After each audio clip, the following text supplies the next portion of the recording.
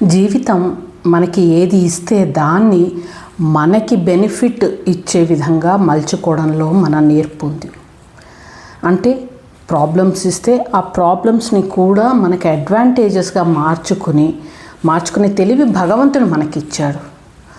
అదే అంటారు కదా, ఇంగ్లీష్లో ఒక సేయింగ్ ఉంది, when life gives you lemon make lemonade అంటారు. అంటే మనకు అన్ని పుల్లటి నిమ్మకాయలే ఇచ్చాయనుకోండి, అప్పుడు ఆ నిమ్మ రసం చేసుకోండి, దాన్ని ఎంజాయ్ చేయండి, పుల్లటి నిమ్మకాయలు ఏం చేస్తాను అని అనుకోకుండా.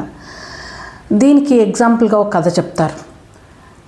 ఒక రైతుకి చెందిన గాడిద నడుస్తూ ఒక పాడుబడిన బావిలో పడిపోయిందిట. ఆ రైతు దాన్ని బయటికి తీసుకురాలేక, సరే పైన మట్టి అది పోస్తే చచ్చిపోతుందిలే అని మట్టి రాళ్ళు ఆ చుట్టుపక్కల ఉన్నవన్నీ గంపలతో ఎత్తి తన స్నేహితులు కలిసి ఆ బావిలో నింపసాగారు. ఫస్ట్ ఆ గాడిదకి చాలా దుఃఖం వేసింది, పైనుంచి ఇలా మట్టి పడుతోంది, నేనేం చెయ్యాలి అని. కొంతసేపటికి వాటన్నిటిని దులిపేసుకుని ఆ మట్టి పడుతూ ఉంటే కాస్త పక్కకి జరిగి అటు జరిగి ఇటు జరిగి నెమ్మదిగా వాటినే ఆ మట్టిని రాళ్ళనే మెట్లుగా చేసుకుని తేలికగా బావిలోంచి బయటపడింది. అంటే దానికి వచ్చిన డిసడ్వాంటేజ్ని అడ్వాంటేజ్గా మార్చుకుంది.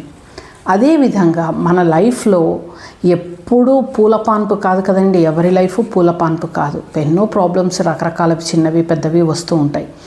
ఆ సమస్యలని మనము కాస్త ఆలోచించి అండర్స్టాండింగ్ ఎవాల్యుయేట్ చేసుకుని దాన్ని పాజిటివ్గా ఎలా మార్చుకోవాలో ఆలోచించి ప్రోగ్రెస్ విధంగా మనం మార్చుకోవచ్చు. అంటే కష్టాలు వచ్చాయి అని బాధపడుతూ కూర్చునే కంటే కొన్నిసార్లు ఆ కష్టాలని ఎలా మార్చుకోవాలి కాస్త టైం తీసుకుని ఆలోచిస్తే మనకే తడుతుంది.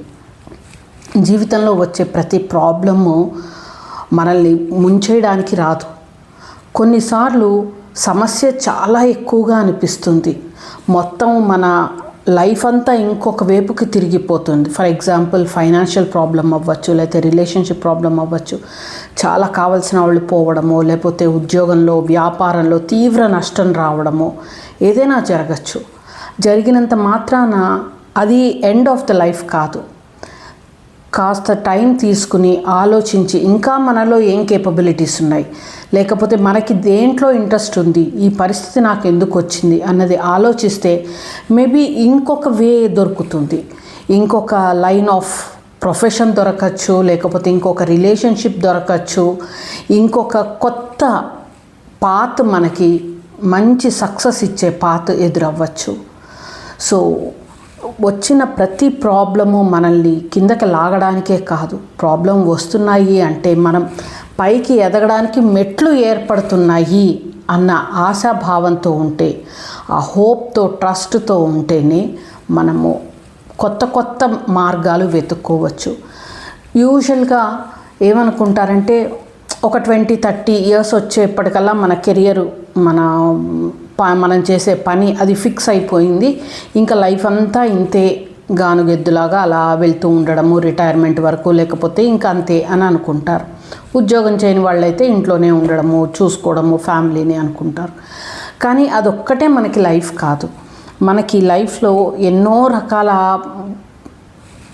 మన కేపబిలిటీస్ని ఉపయోగించుకునే వాళ్ళు ఉంటారు. మనం సమాజానికి ఉపయోగపడే వేరు విధానాలు ఉంటాయి. అట్లాగే మనల్ని మనం డెవలప్ చేసుకోవడానికి, మనం హ్యాపీగా ఉండడానికి ఎన్నో వేస్ ఉంటాయి. అయితే వాటిని వెతకడం మన పని. జస్ట్ అన్నీ కూర్చున్న చోటికి వచ్చేయవు. మనకి ఏం ఇంట్రెస్ట్ ఉందో, మనం ఏం చేయగలుగుతామో ప్రతిదీ ట్రయల్ అండ్ ఎర్రర్ మీద చేసుకుంటూ వెళ్ళాలి. ఎంతసేపు నాకేం వస్తుంది అని కాకుండా నేను ఈ సొసైటీకి ఎలా హెల్ప్ చేయగలుగుతాను, ఎలా కాంట్రిబ్యూట్ చేయగలుగుతాను అని ఆలోచిస్తే మన problem చిన్నదైపోతుంది.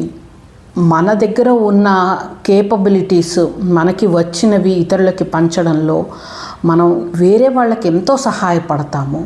At the same time blessings తెచ్చుకోగలుగుతాము, ఆనందంగా కూడా ఉండగలుగుతాము.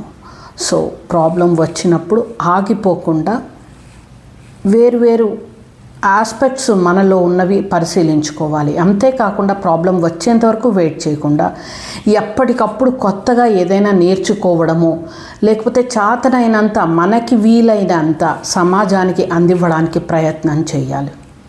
అప్పుడే మనిషిగా మనం పుట్టినందుకు మన రెస్పాన్సిబిలిటీ ఫుల్ఫిల్ చేసిన వాళ్ళం అవుతాం. ఈ వీడియో ఎలా ఉంది, మీకు ఇందులో ఒక పాయింట్ అయినా నచ్చిందా, మీ అభిప్రాయం ఏంటి అన్నది కామెంట్ సెక్షన్లో పెట్టండి. నచ్చితే లైక్ తప్పనిసరిగా చెయ్యండి. సబ్స్క్రైబ్ చేసుకున్నారో లేదో ఒకసారి చెక్ చేసుకోండి. నమస్తే.